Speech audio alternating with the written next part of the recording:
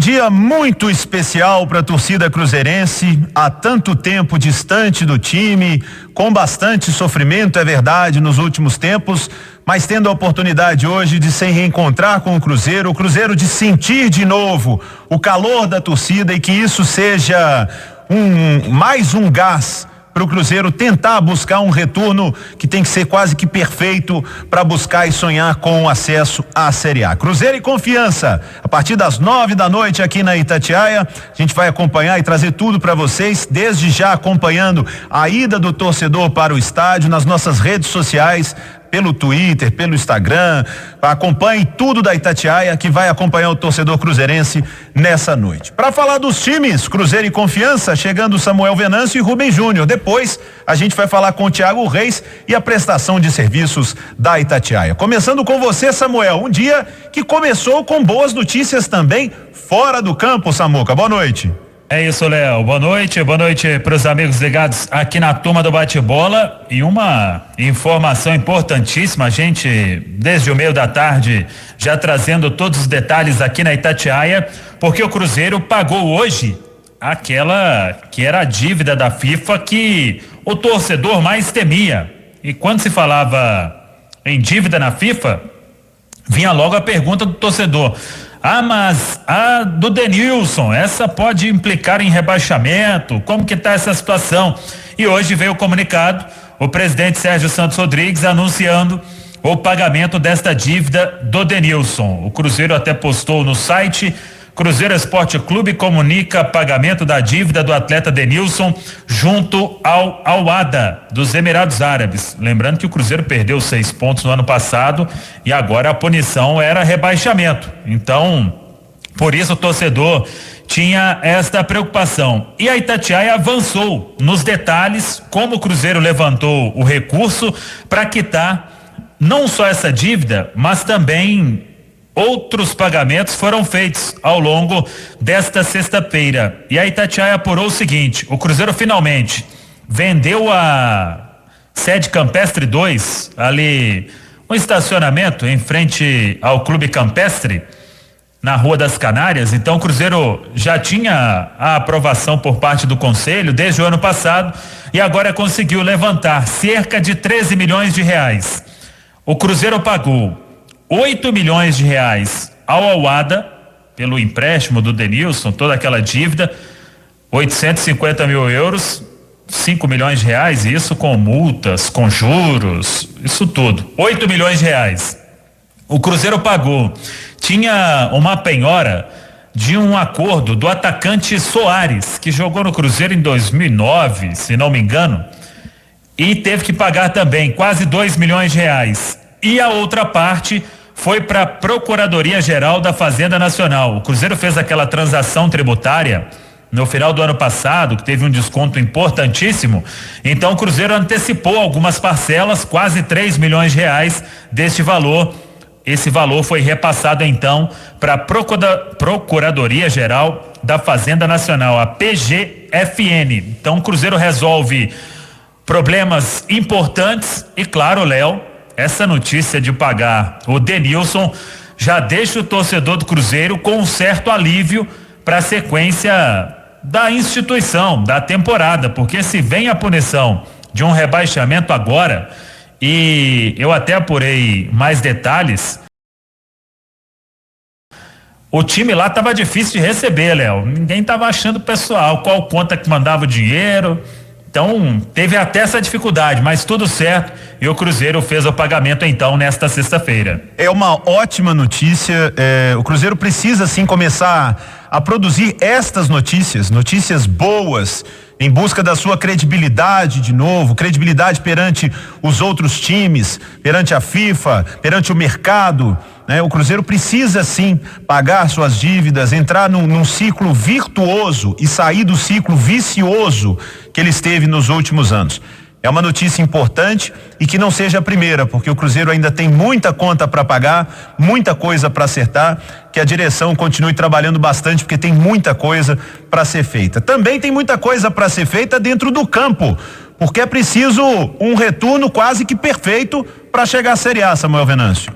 Com certeza. E esse jogo contra o Confiança, que o Vanderlei quer começar um novo campeonato. O Vanderlei falou, e eu até concordo, a campanha do primeiro turno foi muito ruim. E no segundo turno, o que acontece? Quem tá lá embaixo dá a vida mais ainda, se arrisca, tem que sair pro jogo, tem que buscar pontuação. Então não dá para ficar o time só recuado, pensando, tem muito jogo ainda. Agora não. Foi o que aconteceu com o Cruzeiro no ano passado. O Cruzeiro começou a reagir neste momento, mas depois meio que se contentou com a permanência, fez alguns jogos na reta final. Eu me recordo, o Alexandre Simões, na época, comentou: o Cruzeiro nos últimos 10 jogos da Série B, o Cruzeiro terminou a Série B em 11º com 49 pontos. Nos últimos 10 jogos, 30 pontos disputados. O Cruzeiro só somou 11. Foi para Maceió, empatou com o CRB, um jogo que o Arthur Caíque perdeu uma chance claríssima. Depois derrotou o Vitória. Quando voltou para BH, aí o Cruzeiro teve CSA em casa, teve Cuiabá, teve Avaí fora. Você estava nesse jogo, Léo. O Cruzeiro estava ganhando, tomou um gol no finalzinho, depois perdeu para Ponte Preta de virada, perdeu pro Oeste em casa, perdeu pro Juventude. Então foi uma reta final que dava pro Cruzeiro ter buscado um algo a mais, mas ficou naquilo, não caiu para a Série C, mas se manteve na Série B. E agora o Vanderlei quer dar essa arrancada, neste retorno. 57 pontos em disputa, precisa de um aproveitamento muito alto, mas o Vanderlei não joga a toalha. Ele falou depois do jogo contra o Náutico que veio para cá para subir o Cruzeiro. Então, claro que precisa. São 10 jogos em casa, 30 pontos. Aí você tem que fazer um aproveitamento de 80% para cima, para buscar alguns pontos fora. Então, começa hoje contra o Confiança. Ele não deu trabalho tático ontem na toca, são 23 jogadores concentrados e a expectativa é de que ele vá repetir a formação que iniciou contra o Náutico, até preservando mais uma vez o Wellington Nem, que vai para mais um jogo em sequência, jogou 30 minutos aproximadamente contra o Náutico. Ontem não treinou com os reservas no campo, fez um regenerativo, então por isso acho que fica no banco mais uma vez para ser acionado no segundo tempo do duelo contra o Confiança. Se repetir a formação, Cruzeiro começa com Fábio, Norberto, Ramon, Eduardo Brock e Matheus Pereira, Adriano, Rômulo, Giovani, Dudu, Bruno José e Marcelo Moreno. É o provável time para logo mais, Léo. Valeu, Samuel. 6:25. Vamos saber do Confiança, que vem para encarar o Cruzeiro, mas num momento que não tem muita confiança no time, não. Ô Rubem Júnior, boa noite. Boa noite, Léo. Até porque a pior defesa da competição, 31 gols sofridos. O Confiança chega com 3 derrotas consecutivas, perdeu pro CSA, para Ponte Preta, na última rodada em casa pro Remo, e o técnico interino Zé Carlos Leal, ele que assumiu a vaga deixada pelo Rodrigo Santana há cerca de um mês, vai ter que fazer algumas alterações da equipe. Por exemplo, vai ter a volta do bom lateral esquerdo João Paulo, ele que já passou também pelo Tombense, é o homem da bola parada da equipe do Confiança. Também na zaga, outra novidade, a volta do Nirley, ele que já passou pelo Cruzeiro em 2013, cumpriu suspensão e está de volta. Uma interrogação no ataque, não terá Williams Santana. É um atacante velocista, passou pelo América, vai cumprir suspensão, recebeu o 3º cartão amarelo. A interrogação para o vestiário entre o Gemerson ou o Álvaro, tentando deixar a zona de rebaixamento, apostando em Hernani Brocador no setor de ataque. Um provável Confiança para esta noite, com Michael, Marcelinho, Jonathan, Nirley e João Paulo.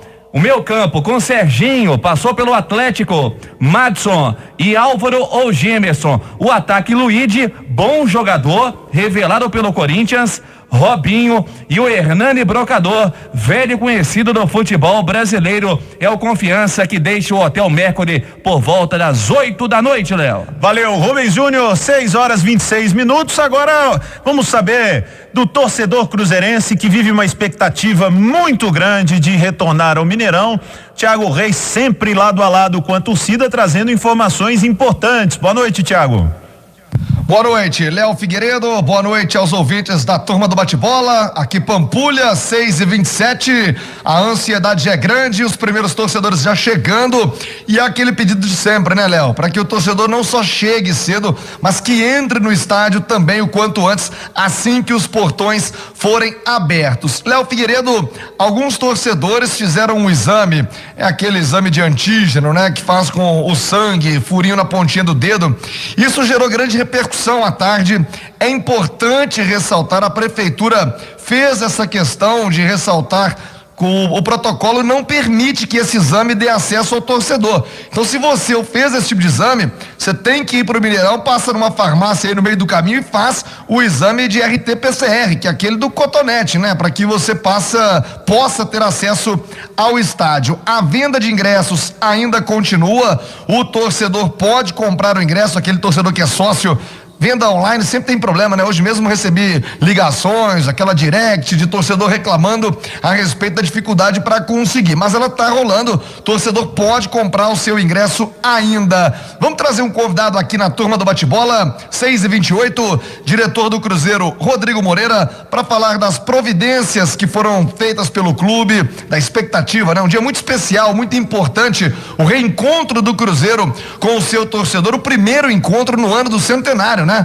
Um momento tão importante na história do Cruzeiro em que o torcedor ainda não pôde participar efetivamente e hoje terá essa oportunidade. Rodrigo, obrigado por atender a Itatiaia. Boa noite, amigo. Boa noite, Thiago. Boa noite, ouvintes da Itatiaia. Prazer muito grande estar aqui falando, né? É o primeiro jogo não só desde que a pandemia começou com o público no estádio, mas principalmente o primeiro jogo do Cruzeiro no Mineirão desde que ele entrou no seu ano centenário. A gente não está no melhor momento da história do Cruzeiro, mas é um marco, 100 anos do Cruzeiro, e a gente vai fazer esse jogo. É um jogo muito importante, já que a gente está lançando também o nosso terceiro uniforme, que é o uniforme que comemora, né, a nossa tradição dos 100 anos, né, a tradição do Cruzeiro, do seu primeiro uniforme. A gente espera que seja uma festa muito bonita, obviamente restrita a um público bem inferior ao que a gente gostaria, mas é a forma como o Cruzeiro encontrou e as autoridades encontraram para dar segurança para todos os torcedores. E a gente pede ao torcedor não só tenha carinho com o clube, mas tenha carinho com os outros torcedores e respeite todos os protocolos de segurança, venham com antecedência ao estádio, tragam seus testes de Covid impressos e respeitem também, né, o distanciamento social importante nesse momento, para que a gente possa ter uma festa que ela corra com toda a segurança, não só para o torcedor, mas todos os outros torcedores no estádio consigam aproveitar o primeiro de vários jogos que a gente espera trazer para o Mineirão esse ano para o Cruzeiro. Legal, Rodrigo, um abraço, obrigado por falar com a Itatiaia, 6h30 em ponto. Léo Figueiredo, eu vou relatar algumas situações que eu vi. Não foi ninguém que me contou, não. Eu vi na última quarta-feira. Torcedor apavorado, porque estava com o exame, né? Com o teste de Covid no celular. Ah, mas não vale? Não vale. Tem que levar impresso. Esse exame é retido na entrada do estádio. Então você tem que imprimir o exame para entrar no Mineirão.